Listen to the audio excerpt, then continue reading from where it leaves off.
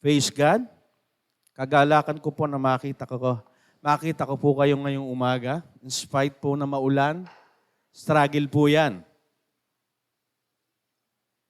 Di po ba? Dahil kanina nga po, nung kami po gigising ng aking misis, hirap na hirap po kami. Kung di po kami mag-a-alarm, ay hindi po namin kami magigising dahil sa ganda po ng panahon dahil malamig, di po ba? Yung misis ko po, nauna pa sa alarm yan. Kaya po kagandahan kapag po kayo may kasama, siya po yung nanggigising sa'yo.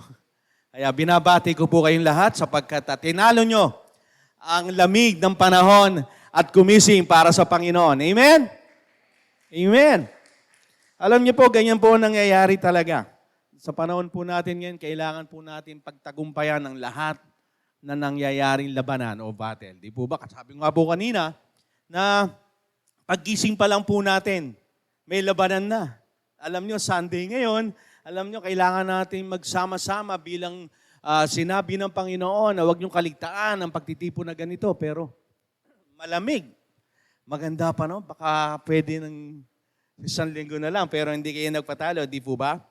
At marami po mga bagay na nagkakaroon tayo ng mga sitwasyon o undefeated life o yung mga bagay na dapat tayo laging matagumpay. Sino po nanonood po dito ng mga boxing? Mga tatay, di ba? Pag po mga nagsasabi yan, the undefeated WBC. Di ba? Sabi noon, ibig sabihin, wala pang talo. The number 1 pound in WBC, lightweight, heavyweight. Bisa si Pacquiao, gano'n, no? Ibig sabihin, sa lahat ng laban niya, kahit siya po ay nabubugbog, at the end of the day, siya pa rin sinasabing panalo. Okay? Hindi siya natatalo. Ganon din po sa atin bilang mga mananampalataya. Upang magkaroon tayo ng mga undefeated life, kailangan po tayo mamuhay sa presensya ng Panginoon. Di ba? Kaya kasi mga labanan na po natin dito, hindi po sinasabing physical talaga. Makikipagsuntukan ka, mamamagamo ka mo, hindi po ganon. Ang ating labanan po dito ay spiritual. At ang gagamitin po natin panlaban ay ang presensya ng Panginoon at yung number 1 ibinigay ng Diyos sa atin, sa bawat mananampalataya, ang manalangin. Okay po? At karamihan po mga halimbawa po ng ating mga lagi tayong nadidefeat, ito yung kapayapaan. Ano? Lagi tayong naghahanap ng peace o kapayapaan sa mga bagay na hindi naman talaga nagbibigay ng kapayapaan. Ay lagi tayong natatalo, di po ba? Hindi ako masaya. Ba't hindi ko maranasan na kagalakan in spite meron akong yaman, meron ako mga bagay na meron ako, pero bakit hindi ako masaya? Talo pa rin ako. At yung mga bagay na addiction, yung kalayaan, na akala natin ito yung bagay na magpapasaya sa'yo, makukontento ka, hindi. Sino po nakaraan dito namang mag-inom, manigarilyo, addiction, pero bakit ganun? Talo pa rin, gusto ko mawala ito, pero hindi ko pa rin mawala, talo pa rin ako. Hindi ko kayang matanggal ito. Ano po ba yung mga unresolved relationship? Yung mga problema sa pamilya, problema sa relasyon natin, sa kapwa. Doon po tayo madalas natatalo. At maging po yung ating po nakaraan. Hindi ko kasi yung nakaraan ko. Lagi tayo minumulto ng nakaraan natin. Alam niyo po, ayaw po ng Diyos siya. Kaya nga ang Diyos niya, sabi, kinalimutan ko na lahat ng kasalanan mo. Ibig sabihin, talagang wala na yon. Madalas ang ginagamit po ng kaaway yung ating nakaraan. Kaya hindi tayo makapag-move on kasi lagi sinasabi ng nakaraan mo, hindi mo kaya. Ang dami mo na kasalanan. Hindi ka na patatawarin ni Lord. Di ba? Kaya lagi natin pakiramdam natin, talo na naman tayo. Hindi natin kayang mag-move on, hindi natin kayang mamuhay ng tagumpay dahil lagi tayong nakatingin sa nakaraan natin, sa insecurity natin. Kaya ko ba to? Insecure tayo sa mga bagay na nagpapabaksak sa atin na, talo na naman ako. Lalo sa mga estudyante ngayon, ano? Yung kakayanin ko ba exam? Kakayanin ko ba makatapos hanggang high school, hanggang college, makapagtrabaho ko? Yung pala, isip pa lang, talo ka na. Kasi marami tayong pagkakato sa buhay natin, sa mundong ito na nagdudulot na hindi tayo magtagumpay. Hindi tayo nag-iisip ng mga bagay na paano ko ba malalampasan o mapagtatagumpayan nito? May isang halimbawa po, isa pong mag-anak, pumunta po sa isang hotel. Siyempre sa hotel, di ba, may mga TV dyan. Di sabi ng magulang, kasi bibili muna kami ng pagkain. Hinayaan po nila yung dalawang anak nila nagbukas ng TV. E di pagbalik nila, nagulat yung magulang. Nandun sa TV, pornography ang napapanood. Pinatay agad nung Nung magulang, siyempre, alam niyo po sa mga ganyan, kasi akala nila, pag pumasok sa isang hindi pamilya pupunta. Mag-BF, GF, yung pumupunta. Kaya karamihan sa ganyan, napapanood mga channel na hindi dapat napapanood ng mga Kristiyano. Pero the damage is done, napanood na nila. Kaya po nakikita po natin na marami dito sa mundong ito na talaga magbibigay sa atin upang tayo'y laging matalo. Sabi ko, hindi na dapat mangyari, nangyari na naman. Even sa social media, di po ba? Madalas, nagbibigay sa atin to ng mga impormasyon, pero hindi lahat ay tunay o totoo na nanggagaling sa pamantayan ng salita ng Diyos. Kaya be aware po tayo, lalo na po mga kabataan, na lagi na lang nagbabasa, gumagamit ng social media na pinupulyot ang ating kaisipan at minamanipulahan na ito gawin mo, pero malayong-malayo po sa sinasabi ng salita ng Diyos. At talo na naman tayo. At maraming pagkakataon sa ating buhay, sa ating ginagawa, napupuno tayo ng takot. Lalong-lalo na po, di ba ngayon, hindi naman naglalabasan yung about sa West Philippine Sea. Ngayon naman sa Israel, di ba, yung mga bombahan doon ng Iran. Lately lang sa atin, ang number 1 na yung sa West Philippine Sea. Nasabi ko nga, ng halimbawa ko nga, wala na dito si Panday. wala na makikipag, di ba? Dito na lang si Batang Quiapo. Ang kalaban natin, maraming kumpu master. Kumbaga, nagdadala ito ng takot, pero ano ba yung bigay sa atin ng Panginoon upang ang lahat ng mga bagay na yan ay mawala, kundi magtagumpay tayo? Ito po ang ating series ngayon po about sa pananalangin. Ito po yung undefeated in the victorious prayer o walang talo sa matagumpay na pananalangin. Yan po ang sekreto kung bakit ang mga mananampalataya, in spite na nakakaranas sa mga pagsubok, labanan sa buhay, hindi po kasi tayo exempted. Last week na sabi ko nga po, di ba, na message ng Panginoon, lahat po tayo makakaranas niyan. Mabubugbog tayo, makakapasa tayo dahil sa mga problema, pagsubok, sa sitwasyon sa ating buhay. Pero at the end of the day, pag ito po'y ginamit natin sa pamamagitan ng pananalangin, tayo ay magtatagumpay. Para nang, di ba sabi ko, halimbawa sa boxing, nakita natin si Pacquiao, bugbog sarado na. Pero sa bandang uli, isang sapak nga lang, baksak na kalaban. Sino nanalo? Si Pacquiao. Ganun din po na nangyayari sa atin. Kapag po tayo nananalangin, it doesn't mean walang nangyayari. Kundi pag tayo nananalangin sa bandang huli, pinagtatagumpay tayo ng Panginoon. Amen? Ito po ang sinasabi sa Gawa 4:31. Ito po yung pagkakataon na kung saan ang mga mananampalataya o mga tagasunod ni Kristo ay talagang papatayin na. Wala na si Christ dito Kaya natakot sila, napuno sila ng takot. Marami na ang naghahanap sa kanila, marami nang gustong pumatay sa kanila. Paano na? Punong-puno sila ng problema, punong-puno sila ng mga bagay na magbibigay sa kanila upang lumayo at lagi nilang matalo. Ito po ang ginawa nila sa Gawa 4:31. Pagkatapos silang manalangin, nayanig ang bahay na kanilang pinagtitipunan, silang lahat ay napuspos ng banal na Espiritu at buong tapang na nangaral ng salita ng Diyos. Yun po ang dulot ng pananalangin. Di ba, nung last na natandaan nyo, yung unshakable, ito yung mga bagay na walang pananampalataya kaya nayayanig. Kaya yung nayanig dito yung bahay, pero yung mga nananalangin hindi nanganig. Ibig sabihin, hindi nayanig. Ibig sabihin talagang nandoon yung kanilang pananampalataya at sa pamamagitan ng panalangin, napuspos sila ng banal na Espiritu. At ang Espiritu ng Diyos ang nagbigay sa kanila, nagtulak sa kanila ng tapang na gawin pa rin yung pinagagawa ng Diyos. At yun po ang sinasabi sa atin. Sapagkat po ang Panginoon ang nagbibigay sa atin ng tagumpay, siya pa rin ang nagbibigay at kasama natin upang magdala ng tagumpay. Ano po sinasabi sa Deuteronomio 24? Sinabi ng Panginoon na inyong Diyos ang sasama sa inyo, makikipaglaban siya para sa inyo, laban sa mga kaaway ninyo at pagtatagumpayin niya kayo.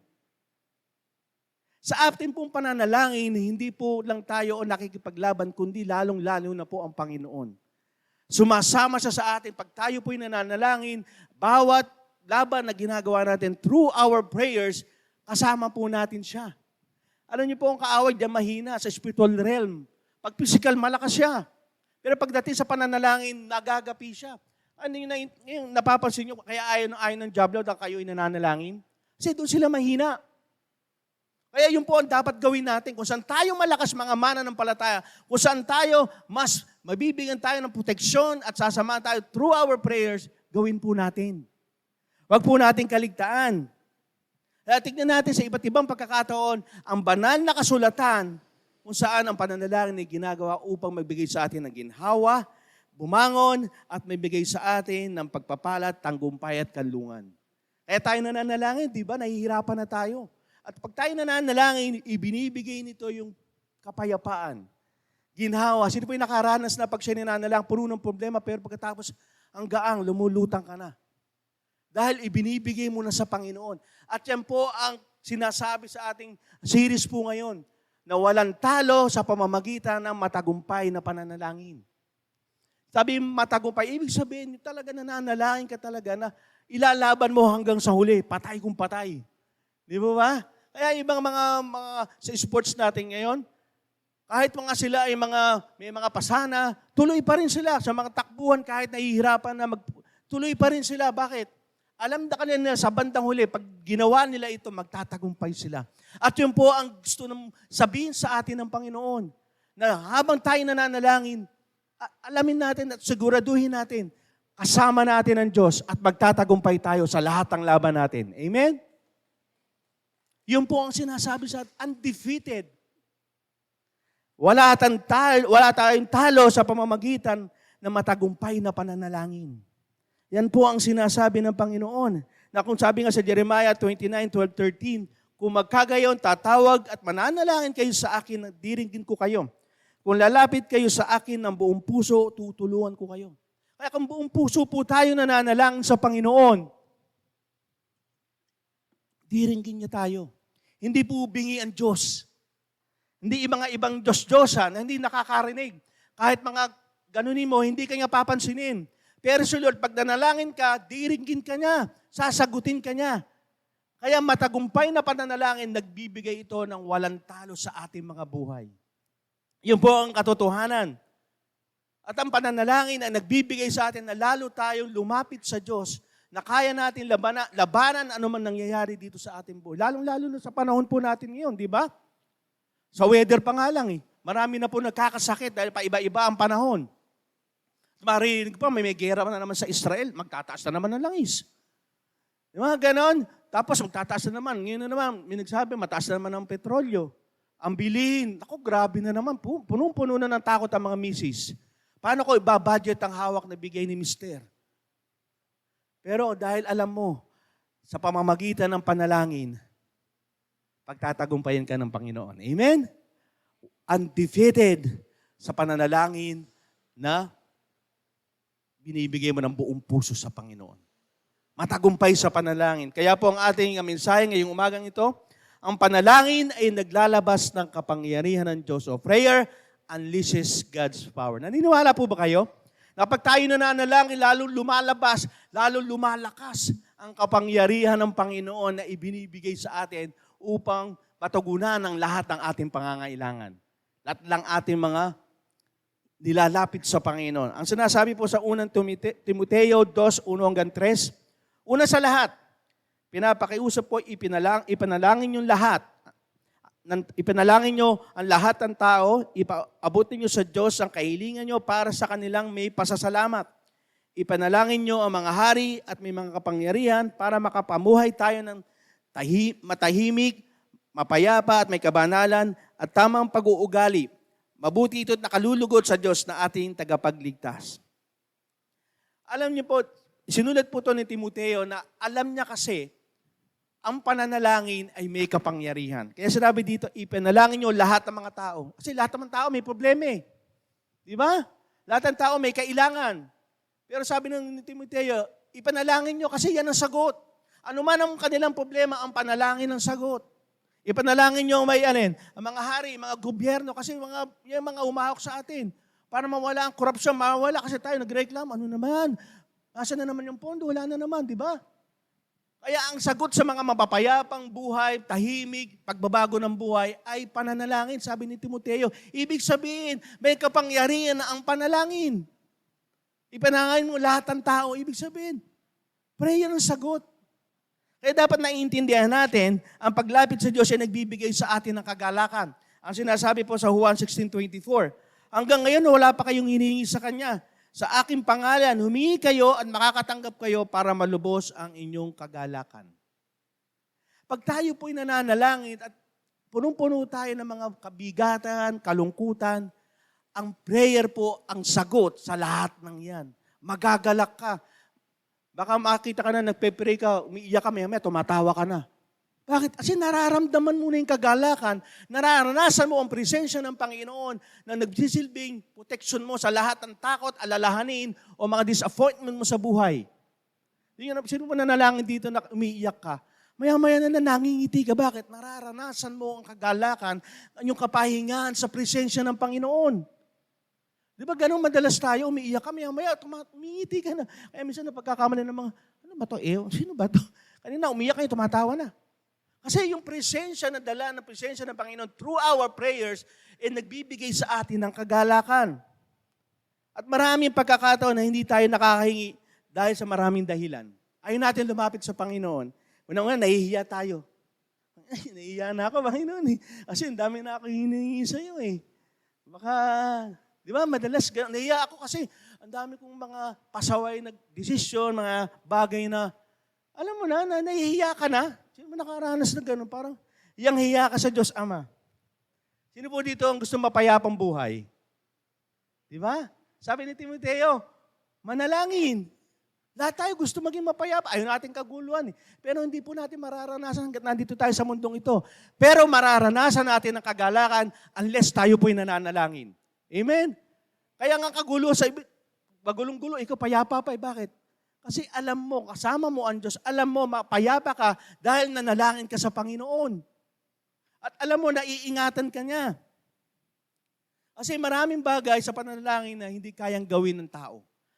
Ang Diyos lang ang makagagawa. Yon sa pamamagitan po ng pananalangin. Di ba? Pag ito ang nakakalungkot, kapag po tayo ay walang-wala na, hindi na natin kaya, saka lang tayo lumalapit sa Diyos. Huling option si Lord. Kasi minsan, kala natin, kaya ko to, pero bandang huli, kakaroon ng depression, alalahanin, takot na. Kay Lord ka din pala pupunta. Unahin mo na lang siya. Unahin na lang natin siya. Kasi yun po ang katotohanan, na may magagawa ang Diyos na hindi natin kayang gawin. Kasi ang Diyos ay limitless ang kanyang prayer, ang kanyang kapangyarihan. Ano po sinasabi po sa bilang 11:22-23, saan po mga Israelita, ang sabi, gusto na natin bumalik na sa Ehipto. Doon kumakain kami ng karne, nagalit ang Panginoon sa mga Israelita. Nanalangin si Moses, Panginoon. Kaya nga, sabi ng Panginoon, ang titigas na ulo nyo. Hanggang ngayon, hindi pa rin kayo natututo. Kaya sabi ng Panginoon, sige, padadalang ko kayo ng pugo. In 1 month, ang dami ng mga Israelita nun, ha? Sabi, Lord, kaya mo yung 1 month? Ang dami yan. Sabi ng Panginoon, may limitasyon ba ang kapangyarihan ko? Doon, nagising si Moses. Doon, ganun, madalas tayo. Akala natin, may limitasyon ang Panginoon sa kapangyarihan. Wala pong limitasyon. Yan nga po ang gusto niya dahil Diyos Ama natin siya. Amen? Lalapit tayo. Alam natin na lahat ay nasa kontrol sa kanyang lahat. Kanya ay may kontrol sa lahat. God is in control. Kaya pag nangyari yun, lagi tayong na lumalapit sa Panginoon at ang pananalangin na yan, naglalabas ng kapangyarihan niya. Alam niyo mo, pag tayo lumalapit sa Panginoon, natutuwa siya. Natutuwa ang Diyos pag tayo po'y nananalangin. Kaya dapat po, hindi po natin nila dinadala sa social media. Kaya madalas pa, mga Kristiyano, nakakalungkot. Kapag may problema sa social media, nilalagay, pinopost. Ganito ang buhay ko ngayon. Dalhin mo sa panalangin. Amen? Hindi maganda yun. Bakit? Parang sa ibang tao makakabasa mo, gusto mo dalhin yung mga problema mo. No. Dalhin mo sa Diyos, huwag sa social media. Kasi kung alam mo, ang Diyos na may control sa lahat, sa Diyos mo siya ibibigay. Kasi yung mga bibigyan mo na pinagpapasahan mo yan, wala din kakayahan, may kanya din problema. Baka sabihin sa'yo, sino ka ba? May problema rin ako eh. Si Lord, hindi. He cares for you. Ano man ang gusto mong ibigay sa Kanya, diringgin ka niya. Ano man ang sinasabi mo sa Kanya, hindi mo na kailangan ng social media. Idirekta mo sa Panginoon kasi God is in control. Amen? Wala nang may control, kundi ang Diyos lamang. Kaya pag po tayo ay may alalahanin, may mga bigatan sa ating mga puso, dapat hindi dinidibdib po yan. Dapat yan tinutuhod sa pamamagitan ng panalangin. Amen? At sabihin mo sa katabi mo, huwag mong dibdibin. Tuhurin mo. Di ba? Manalangin ka. Kaya marami nagkakasakit na puso, dinidibdib eh. Daanin mo sa luhod. Luhurin mo sa pamamagitan ng panalangin. Kaya marami tayong sakit na eh. Bakit? Masyado natin dinidibdib. Dapat idaan natin sa pananalangin. Kasi sa pananalangin, doon lumalabas ang kapangyarihan ng Diyos. Sa lahat ng kahinaan mo, lumalakas ka sa pamamagitan ng pananalangin. Dito po nakikita natin, yung maraming bagay nagbabago sa atin dito sa pamamagitan ng panalangin. Unang-unang pinakamagbabago sa atin ang ating buhay. Alam niyo po, sa atin dito maraming tao na nalangin muna sa atin bago tayo napunta rito. Because of prayer. Ang pananalangin po, yan po ang pinakamabisa na nagbibigay sa atin ng pagbabago. Kaya pa nga maraming tao hindi nagbabago. Bakit? Hindi naman nananalangin eh. Gusto ko magbago, pero hindi ka naman lumalapit sa Diyos. Lord, gusto kong mabago. Hindi ka naman nananalangin. Alam niyo po ba, ang mga tao hindi nananalangin, yan po may mga sakit spiritual. Sila po yung mahihina. Kasi po kinakaya po nila yung hindi naman dapat kinakaya. Kaya natatalo sila. Pag tayo po yung nananalangin, doon po natin nakikita ang kapangyarihan ng Diyos. Ngayon po, ngayong umaga, tinatanong po tayo ni Lord, kamusta ang prayer life mo? Kamusta yung pakikipag-communion mo sa Panginoon? Being a Christian. Kamusta yung pananalangin mo? Ikaw ba'y laging lumalapit sa Panginoon? Alam niyo po ang Panginoon? Grabe siyang manalangin.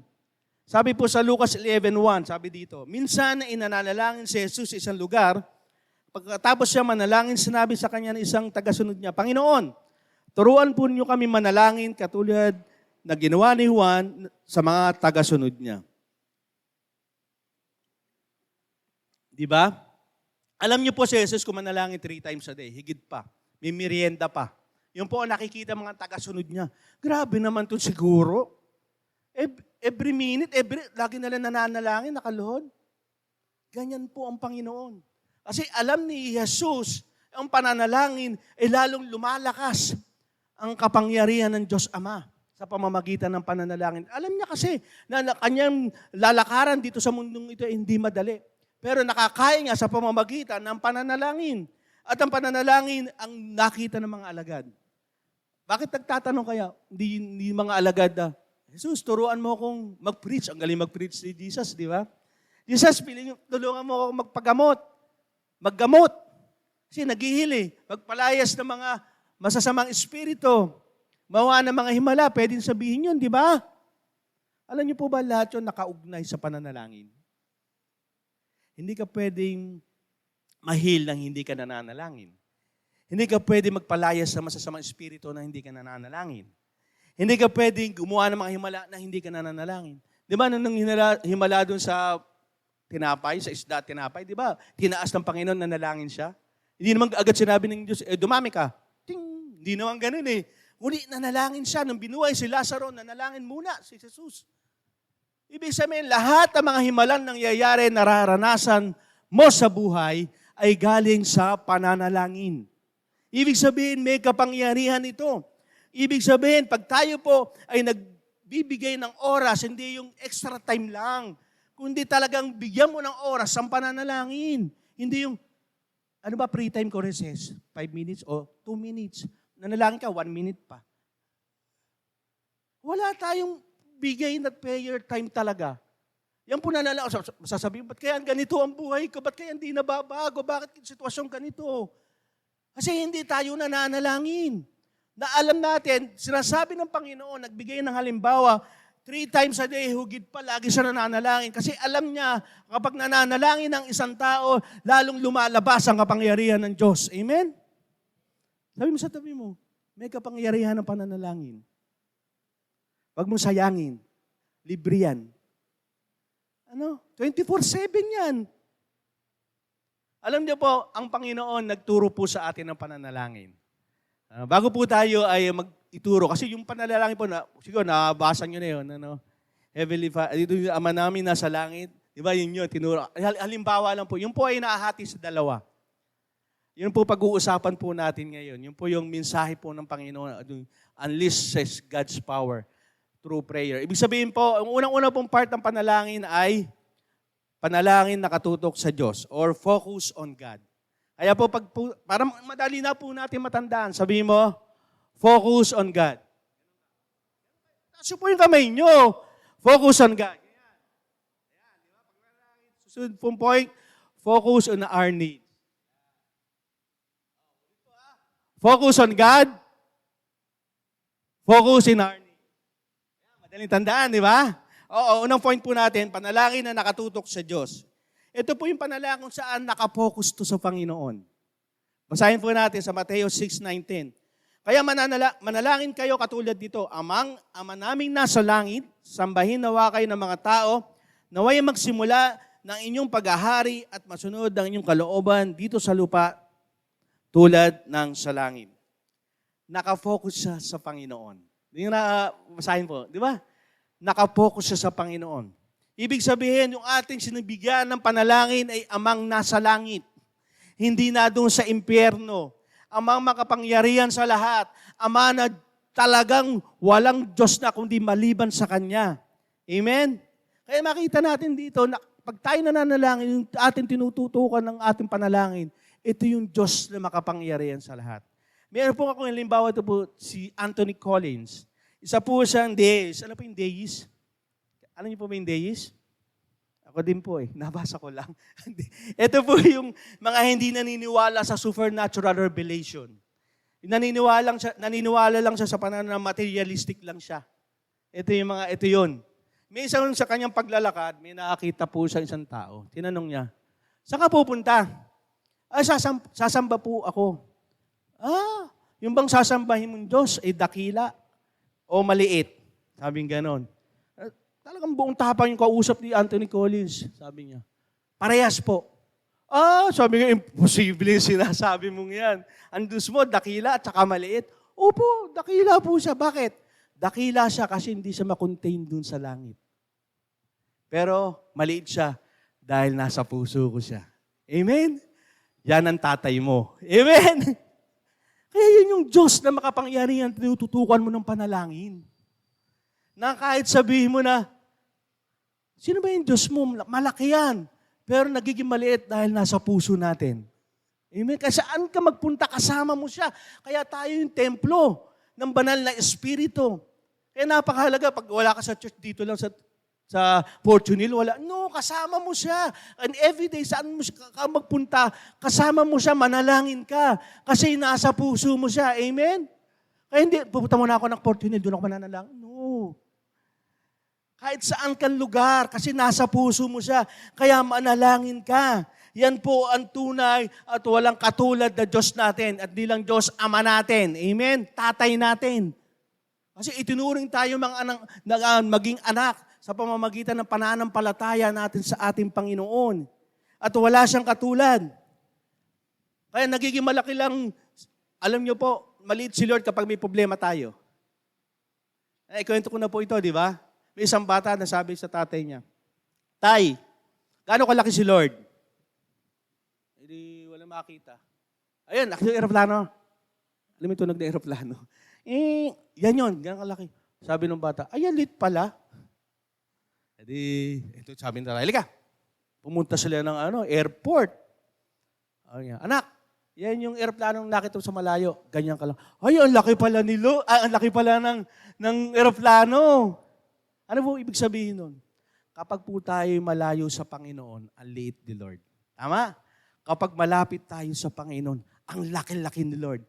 Gaano man kalaki na problema mo, kung malapit ka sa Panginoon, nananalangin ka, mas malaki si Lord, mas malakas ang kapangyarihan ni Lord kaysa sa problema mo. Amen? Ang tanong, pag nananalangin ka, kasi pag nananalangin ka, close ka kay Lord. Kaya pag tayo, ang daming problema, ang lalaki, bakit? Ang tanong, nananalangin ka ba? Malapit ka ba kay Lord? Kasi pag tayo nagiging malapit sa Panginoon sa pamamagitan ng panalangin. At yung panalangin na yun, ang ibibigay sa atin na wala palang malaking problema. Wala palang mga sitwasyon sa buhay mo na malaki, hindi mo kayang takasan unless ikay nananalangin at malapit ka sa Kanya. Kaya ini-encourage po namin kayo, magbasa kayo ng salita ng Diyos, gawin mo yung magpapalakas sa inyong pananampalataya o pagiging malapit ka sa Diyos. Kasi every time na tayo po ay makakaranas, kasi hindi po tayo exempted yan lagi. Makakaranas sa mga sitwasyon na magbibigay, sabihin sa'yo ng kaaway, talo ka, no. Kasama ko ang Diyos na mas malaki pa sa anumang problema. Kaya si David, di ba? Ang laki-laki ni Goliath. Pero alam niya kasi, nakasama niya ang Diyos. Ang laki-laki mo, eto ka lang, sling ka lang, pang, patay, baksak. Ganun dapat. Na anuman sitwasyon na harap natin ngayon, mas malaki si Lord sa anumang problema na meron ka. Amen? Amen. Masaya kayo? Kung alam mo na makapangyarihan ng Diyos, dapat masaya tayo. Amen? Oh, palakpakan natin ang Panginoon. Kasi dapat ganun nga. Kasi pag tayo may problema, no? Kristyano ka, mas may problema. Ayoko na kumain. Lahat ng bagay, ayoko na. Ang bigat-bigat ang dalalahin ko. Hindi ko na kaya. Talaga, hindi mo talaga kaya. Kinakaya mo lang. Nandiyan si Lord eh. Tuhurin mo, manalangin ka. Huwag mong dibdibin. Kaya ang dami nagkakasakit ngayon. Dinidibdib gusto eh. Dali natin sa pananalangin. At ito po, paano nga nagbigay po sa Jesus? Paano ba tumutok sa ating Panginoon sa pananalangin? Ito dito, tumutok sa Diyos at hindi sa tao. Ito yung unang mga verse. Kanina, basa verse po tayo ng 9 to 10. Matthew 6, 9 to 10. Ngayon na po sa Mateo 6, 5 to 6. Balik po tayo kung saan itinuro dito po ng ating Panginoon sa Kristo kung paano ba makatutok sa pananalangin sa Diyos habang tayo nananalangin. Una po dito, sabi, tumutok sa Diyos at hindi sa tao. Kapag nananalangin kayo, huwag kayong tutulad sa ginagawa ng mga pakitang tao. Mahilig lang silang manalangin na nakatayo sa mga sambahan at sa mga kanto ng langsangan para makita ng mga tao. Ang totoo, tinanggap na nila ang kanilang gantimpala. Sa halip, kung mananalangin kayo, pumasok kayo sa inyong kwarto at isara ang pinto at saka kayo manalangin sa inyong Ama na hindi nakakakita. At ang inyong Ama na nakakakita sa inyong ginagawa ninyo nung lihim ay magbibigay ng gantimpala sa inyo.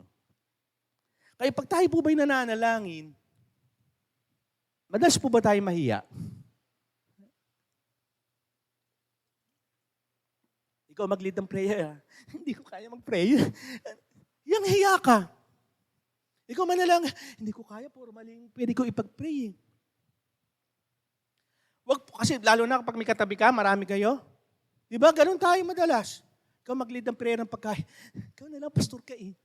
Ano? Ako lang kailangan manalangin? Kawawa naman kayo. Di ba yung gano'n? Parang, kung alam mo, pag nananalangin tayo, dapat nakatutok sa Diyos, hindi sa mga taong nasa paligid natin. Dahil dapat, don't focus with people, dapat nakafocus tayo sa ating Diyos. Sabi dito, sa lihim daw, sa public hindi na, pwede po tayo mag-pray. Kaya madalas po ayaw mag-pray, lalo maraming tao, kasi lagi nakatingin sa tao. Ang daming tao. Kasi ganyan din po ako. Nung ako po yung nagpe-pray, nanginginig po ako, nabubulto. Kasi nakatingin ako, anong sasabihin ng tao? Anong sasabihin ng mga anak akin? Nagpe-pray, hindi namang marunong mag-pray. Pag po tayo ay nananalangin, focus tayo sa Diyos. Alam niyo bakit? Kasi po pag tayo nananalangin, lahat po ng ating mga tao sa kapaligid natin, anino lang yan sa presensya ng Panginoon. Pag tayo nakafocus sa Panginoon, anino lang yan. Wala yung mga yan. Because nasa presensya ka ng Panginoon. Sino po dito yung, ako po, nakasakay po ako sa LRT. Nakasakay po ng LRT, pakitaas ang kamay. Ayan, di ba? Ay, konti lang nag-LRT. Pag nakikita ko kayo doon, sasabihin ko sa inyo, nag-LRT pala kayo. Adi, nagpunta po ako noon. May mag-boyfriend. Aba, talagang, kala mo, may sarili nila yung mundo nila eh. Walang-wala. Ang dami namin magkakasama, lalo na mga rush hour, di ba? Saksi, sila parang walang kasama. Grabe PDA. Oh. Dapat po ganun tayo. Pag nananalangin tayo. Lahat na nasa paligid natin, anino lang sa presensya ng Panginoon yan. May sarili kayong mundo ni Lord. Para yung sinasabi ko sa LRT, hindi na sila nahihiya. Talagang, may sarili talaga silang mundo. Ganun po dapat tayo manalangin. Nakatutok tayo sa Diyos, hindi sa tao.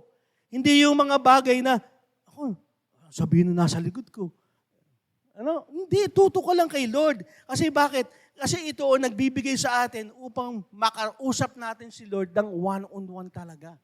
Kasi sabi nga sa kasulatan, hindi ko pa malang matandaan, habang po kayo nananalangin, dapat maging maingat po kayo. At isa na po dyan yun. Kasi pag tayo nakafocus sa tao, wala na. Wala na tayo. Isipin, hindi na tayo makapagseryoso. Bakit inisip natin kung sasabihin na lang ng paligid natin? Di ba? Dapat hindi po yun. May example pa rin po ako dito, isang pastor, isa po missionary siya. Napunta po siya sa India. Sa India, may mga kubol din po. Habang nananalangin siya, may tao sa labas, yung kanyang mga pinapanalangin. May pumasok pong ahas doon sa kubol. Di naggulat yung mga kasamahan niya. Pasok din siya doon sa yung mga doon sa kubol din. Kasi nga, baka tuklawin yung pastor na nanalangin eh. Nakakita nila yung ahas, nakaganyan, nakatingin na doon sa pastor. Oh. Sabi ng mga Indiano, tutuklawin na. Yung pastor, prayer pa rin. Prayer siya, walang pakialam. Nakita nung ahas yung pastor na ganyan. No? Sabi ng ahas, isnabero. Tumalikod na lang. Namanghapo yung, totoo po yun, namanghapo yung mga Indiano. Ang sabi ng mga Indiano, he has the power. Parang Japanese din sabi ko, he has the power. Kumbaga, pag tayo nananalangin, focus tayo kay Lord, yung mga na yan, wala yan, ililigtas ka ni Lord. Kaya nga sabi, mapalad ang isang taong mananampalataya kung kasama mo siya, lalo sa kagipitan, nananalangin, ililigtas siya ni Lord, kasama ka doon. Ganon, pag tayo nakatutok sa Panginoon, hindi mo na alintana yung mga nasa paligid mo. Naalala ko po, nung kami po ni Pastor Mike, CCM is pa tayo nun. Kasama po namin ng Makati nun. Nagpunta kami sa Prayer Mountain, sa Tanay. Sino ba nakapunta na po doon? Touch of Glory. Sino ba nakapunta na po doon? Yun po yun, Prayer Mountain po yun. Napunta po kami ni Pastor Mike doon. Kasama po namin ibang mga satellite churches. E di pray na kami. Yung pray pala doon, yung parang kubul din, yung ganon-ganon. Kaso, yari sa kawayan. E di bawat galaw mo, may langit-ngit, maingay. E di pasok kami ni Pastor. Ay katabi-tabi lang, may madidisturb ka talaga dahil may iiyak, may sisigaw, may maaawi, talaga sabi ko, paano ako makapagpe-pray nito? Wala pang 30 minutes, labas na ako eh. Sabi ko, Lord, hindi po pwede ito. Sila ang haba nila mag-pray, oh. Ilang oras na, nakalabas na ako. Pagbalik, nandun pa rin sila, hindi lumalabas. Nag-pray ako, Lord, paano yan? Sabi ni Lord, focus ka. Ang hirap ha. Lumalangit yung kawayan. Di ba yung kawayan lalangit yun. Tapos hindi ka mapakali kasi nga mangangalay ka. Focus ako. Sabi ko, Lord, hindi ko kaya ito.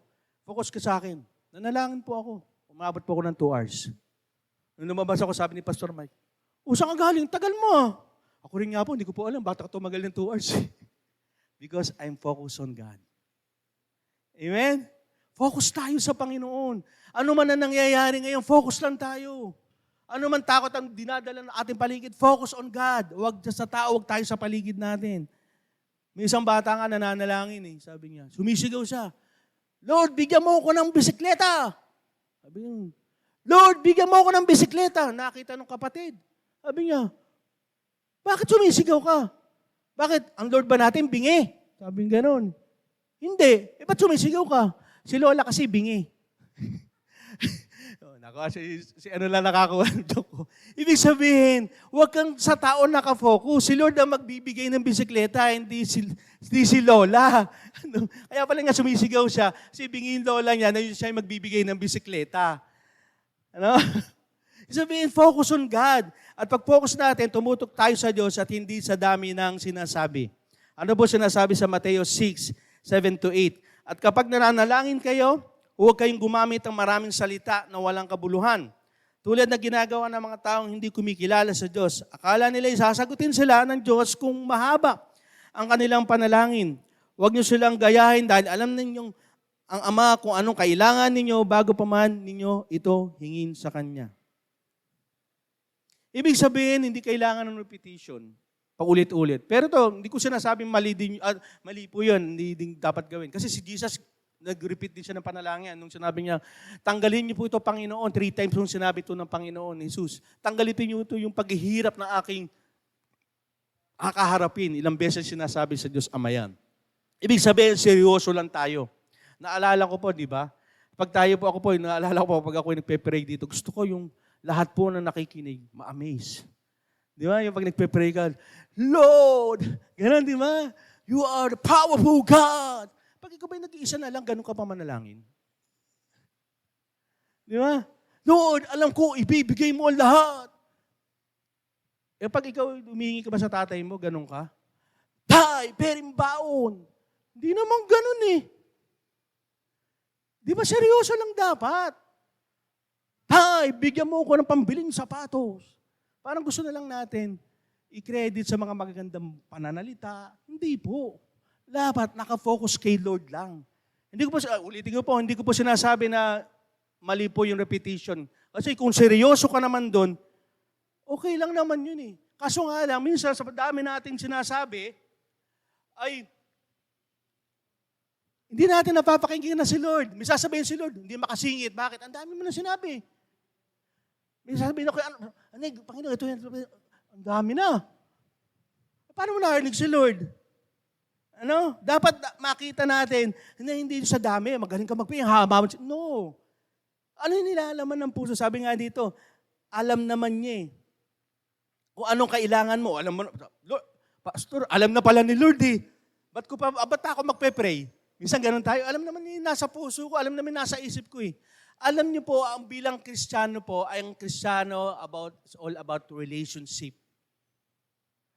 Ang pananalangin po ay pagkakaroon natin ng relasyon sa ating Panginoon. Kahit alam niya na yung ating bibig kasi na ating mga labi, pero gusto ni Lord na makausap ka niya. Masaya si Lord na kausap ka niya. It's all about relationship. Di ba naalala niyo si Abraham? Nung siya'y nakikipag-bargaining sa Diyos Ama, nandun si Lord, Panginoon, kung may 50, Panginoon, kung may 40 na maltuwid, sige, liligtas ko. Lord, huwag kang makulitan na, 30 na lang. Hindi, Lord, 20 na lang, 20. Ganun siya makipag-usap. Hindi marami. Alam naman kasi ni Abraham eh. Kaya ganun siya makipag-usap kasi kilala niya ang Diyos at gusto ni Lord yung ganung usapan. Kaya nga, pag tayo nananalangin, maging serious lang tayo. Totoo lang. Ano yung nilalaman ng puso mo? Kasi ang tatay mo kasing Diyos ay alam kung ano yung makakabuti sa iyo. Amen? Naniniwala kayo, ang Diyos Ama natin, ang tayong mabuti lang ang gusto niya sa atin. Totoo po yan. Ano sinasabi sa Mateo 7:11?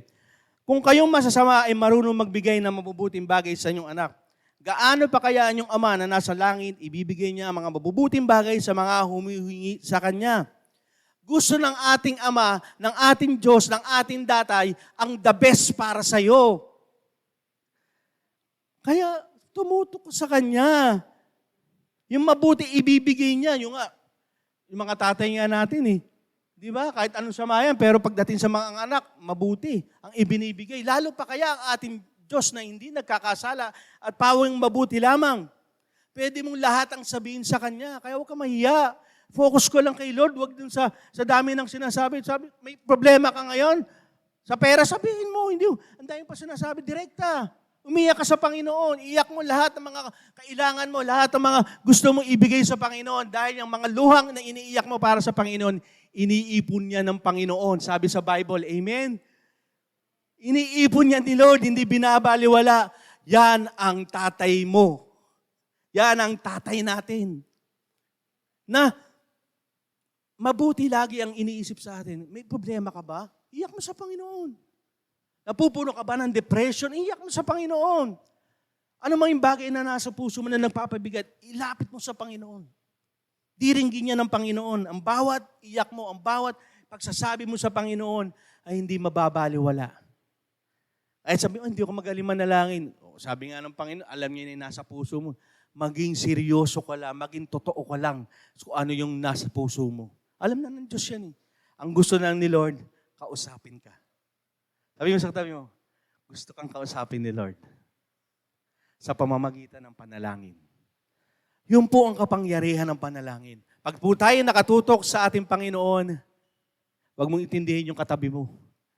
Pag nakatutok ka sa Panginoon, hindi mo na kailangan napakagaling mong manalangin. Natapos ka ng theology para sabihin mo magaling ka manalangin. Kundi yung maging focus ka lang kay Lord. Yung pananalangin mo, sasagutin ni Lord. Amen? Amen? Palakpakan po natin ng malakas ang Panginoon. Ang sabi ko ang una, di ba? Focus on God. Focus on God. Taas po kamay natin. Huwag po kamay mahiya. Yan. Ang susunod, focus in our needs. Pababa po. Yan po ang ating second point. Panalangin na nakatutok sa ating mga pangangailangan. Sabi po sa Mateo 6:11-13, bigyan niyo po kami ng aming pagkain sa araw-araw at patawarin niyo kami sa aming mga kasalanan tulad ng pagpapatawad namin sa mga nagkasala sa amin at huwag niyo kaming hayaang matukso, kundi iligtas niyo po kami kay Satanas sapagkat kayo ang hari, ang makapangyarihan at dakilang Diyos magpakailanman. Ano yung napansin niyo sa una? Nakatutok siya sa ating Panginoon. Ano?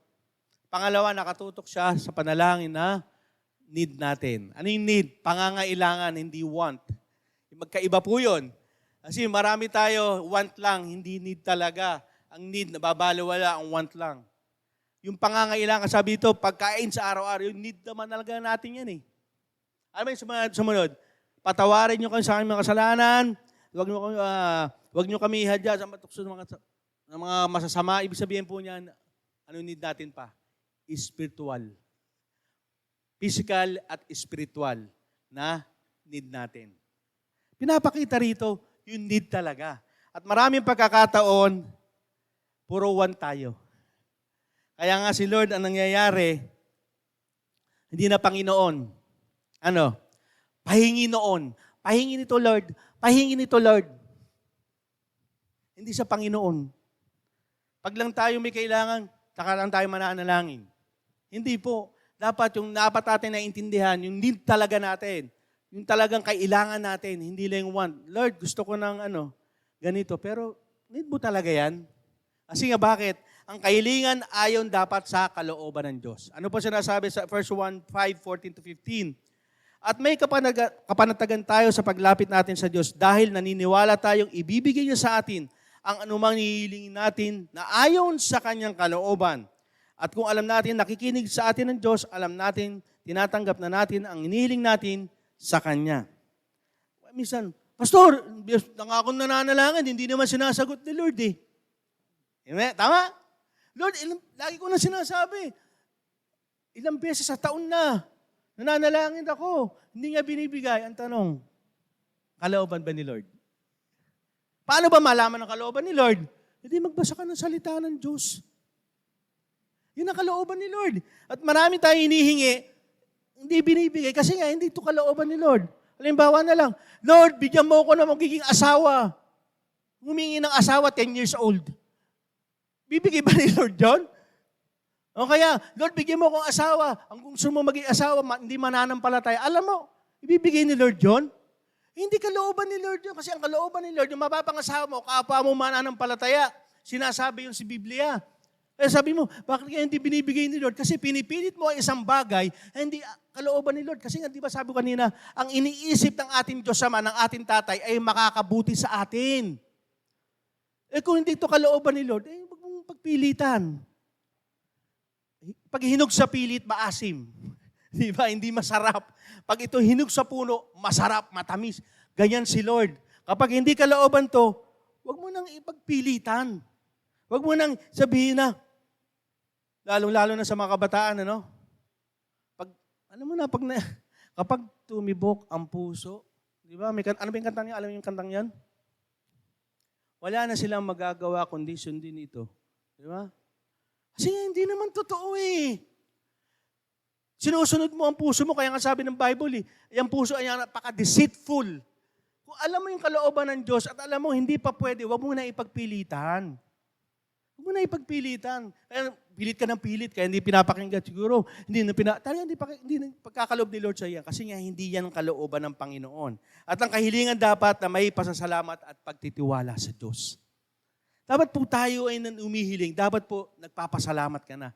Pag ito ay ayon sa kalooban ng Diyos. Naintindihan po natin. Kasi kung hindi po tayo nananalangin tayo at hindi sa kalooban ng Diyos, kaya naman hindi pa ibinibigay, ibig sabihin may perfect timing si Lord. Kung hindi niya pagsagot sa'yo, hindi doesn't mean na no kaagad. Pwede rin hindi pa ngayon. At hindi naman talaga, pag hindi talaga sinasagot, it means hindi talaga siya ayon sa plano ng Diyos. Alam po, sa NBB po kami nung Wednesday, may nagsasabi po sa amin doon na kapwa aming tatay. Meron pong deal sa kanilang negosyo na hindi natuloy. At malulungkot kung malaking pera yon. Pero sabi ng isang tatay, sa kanyang asawa, kasi hindi yan kalooban ng Diyos. May magandang plano ang Diyos. Amen? At yun po yung kanilang sinabi. At nangyari po yun. Yung kanilang hindi nabenta na goods, may kumuhang iba, mas malaki pa ang tinubo nila kaysa doon sa una. Amen? May plano kasi ang Diyos. Mas maganda ang plano ng Diyos kaysa sa plano natin. Kaya pag tayo humihiling, hindi ito kalooban ng Lord. Lord, kalooban mo sunod. Alam ko, mas maganda plano mo kaysa sa plano ko. Lalong-lalo na po sa mga kabataan, di ba? Huwag muna kayong huwag yung alisin ng plano ng Diyos sa buhay nyo. Kasi pag tinanggal nyo po yan, kaawa-awa kayo. Hindi naman kayo pipilitin ni Lord. Kaso nga lang, sasabihin kayo ni Lord, may resulta yan, may consequences yan. At dapat po tayo, kapag po tayo nananalangin, lagi tayo magtiwala sa Diyos. Ano po sinasabi sa Philippians 4:6? Huwag kayong mag-alala sa anumang bagay. Sa halip, ilapit sa Diyos ang lahat ng pangangailangan nyo sa pamamagitan ng pananalangin na may pasasalamat. Ano sabihin nito? Pag po tayo nanalangin, kahit panalangin pa lang, i-assure nyo na matatanggap nyo. Lalong-lalo na po pag ito'y kalooban ng Diyos. Alam nyo to, pag kalooban ni Lord, ako po ganyan po ako manalangin. Lord, pag ako nagpe-pray about sa sickness, Lord, salamat po, pinagaling nyo na siya. Totoo po, ganun po ako. Hindi dahil nagyayabang ako. Dahil alam ko, ang Diyos ay may kapangyarihan na kumilos sa aking pananalangin. Amen? Ganun, hindi yung, Lord, pagaling niyo po siya. Totoo ba magpapagaling kayo? Parang ganun, duda ka. Lord, bigyan mo kami ng mga kapangangailangan namin. Pero mangungutang muna ako sa Bombay. Asan ang tiwala mo? Hindi ganun. Pag tayo nananalangin, pasalamat ka na. Ganun, may grateful heart. Dalabat magtitiwala tayo. Kasi doon ipinapakita ng Diyos, bilib ako sa anak kong ito. Hindi ko pa binibigay. Nagpapasalamat na. Ibigay ko na kaya kaagad. O, di ba? Kasi nga ganun nagpapasalamat. Kasi alam mo, yung tatay na nilalapitan mo, may kakayahan siyang ibigay ang lahat ng pangangailangan mo. Amen? May kakayahan siyang ibigay yung mabuti para sa'yo. May kakayahan siyang ibigay kung ano ang magbibigay sa'yo ng tagumpay at talunin anumang sitwasyon ka meron ngayon. Magpasalamat ka na. Amen? Magpasalamat ka na. At kapag tayo nananalangin, unang-una inaalis yan pag-alala at pinapalitan po yan ng kapayapaan. Kaya po, ang pananalangin ay naglalabas ng kapangyarihan ng Diyos. Encourage you. Sa pag-uwi natin sa mga bahanan, simula na po tayo ng prayer life po natin. Maging prayer warrior po tayo. Kasi po, hindi po natin kaya talaga unless hindi po tayo mananalangin. Amen? Unless hindi tayo lumalapit sa Panginoon. Yung mga problema natin ngayon, maliit. Maning-mani. Kumbaga sa anong mani lang yan. Para sa Panginoon. Alam mo na mahal ka ng Diyos. Sino naniniwala mahal ka ng Panginoon? Amen?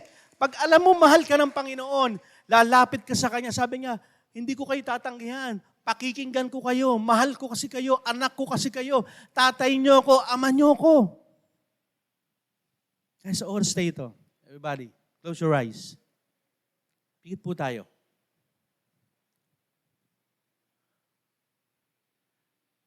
Ama naming Diyos, tunay nga po, Panginoon, hindi kami perpektong tao.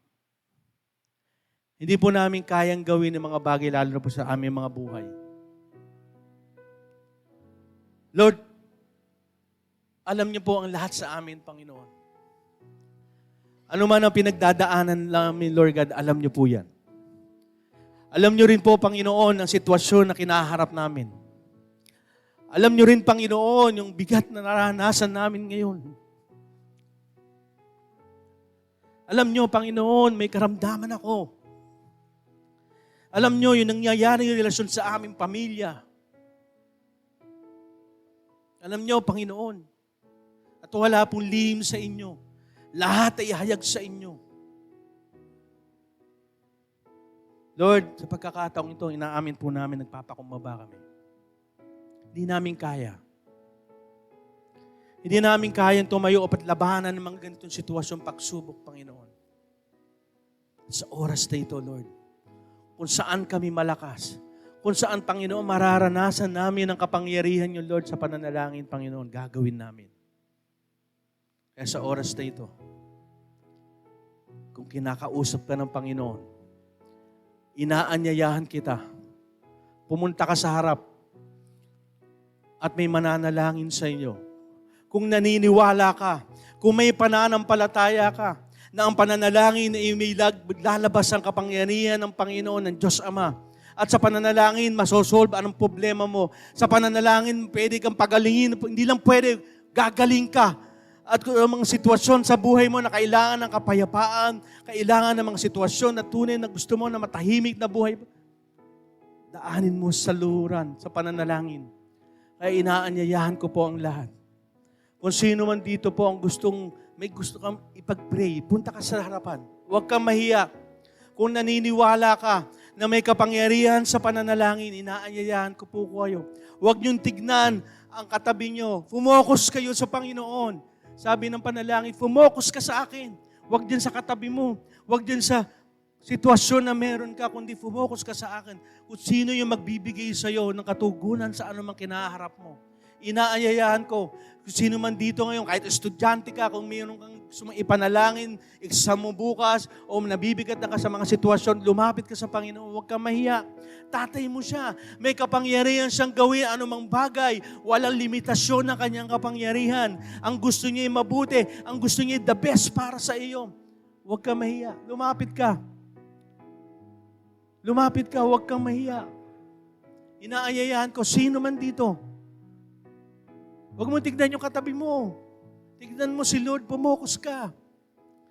Tignan mo yung kapangyarihan na pwedeng gawin ni Lord sa'yo sa sitwasyon mo ngayon. Ano ba ang kayang gawin ni Lord? Wala. Imposibleng bagay magiging posible. Kaya sa oras na ito, kung ikaw ay kinakausap ng Panginoon, huwag mong tignan ang katabi mo, huwag mong tignan yung mga nasa harapan mo, sa likod mo. Pumokus ka kay Lord. Ano ba sinasabi sa iyo? Ilapit mo sa Panginoon. Ano ba yung sitwasyon na kinakaharap mo ngayon? May mananalangin sa iyo sapagkat ang panalangin ay may kapangyarihan. Huwag mong hayaan ang oras na ito ay lumipas, yung opportunity ito lumipas. Yung kapangyarihan na hindi mo maranasan. Yung pananalangin ng kapangyarihan na hindi mo maranasan. Inaanyayahan ka ng Panginoon sa bulwagang ito. Kung hindi ka nahihiya, kung ikaw naman ay parang sa sitwasyon, itaas mo lang ang iyong kamay. Itaas mo lang. Kung saan ka kinabuupuan, itaas mo lang. Itaas mo lang. At kung may gusto mong itaas, may lalapit sa iyo upang manalangin. Itaas mo lang iyong kamay. Kung gusto mo manalangin so kahit sa upuan lang, itaas mo lang iyong kamay. Pakipuntahan po yung mga nagtaas ng kamay. Ipag-pray po natin yung mga nagtaas ng kamay. Lapitan po natin. Kapag may lumapit na po sa inyo, pakibaba na lang po yung kamay. Pero kung di pa po may lang lumalapit, pakitaas pa rin po yung mga kamay para po mag-pray sa inyo.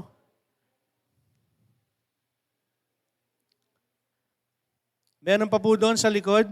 Babae, dito rin po babae. Meron po ba?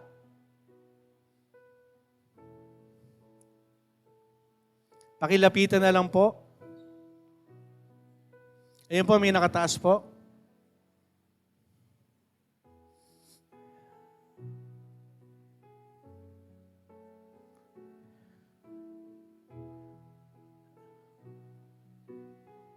Po kayo may ako, ayaw yung pumunta po sa harapan, pakitaas na lang po yung mga kamay. May lalapit po sa inyo. Kung gusto niyo naman pumunta sa harapan, huwag po kayo mahiya. Yan po ang ayaw ng kaaway. Yung manalangin ka, hindi ka manalo, gusto niya matalo ka. And prayer, ang pananalangin, ang pinakamabisa na panlaban natin sa mga gawa ng kaaway.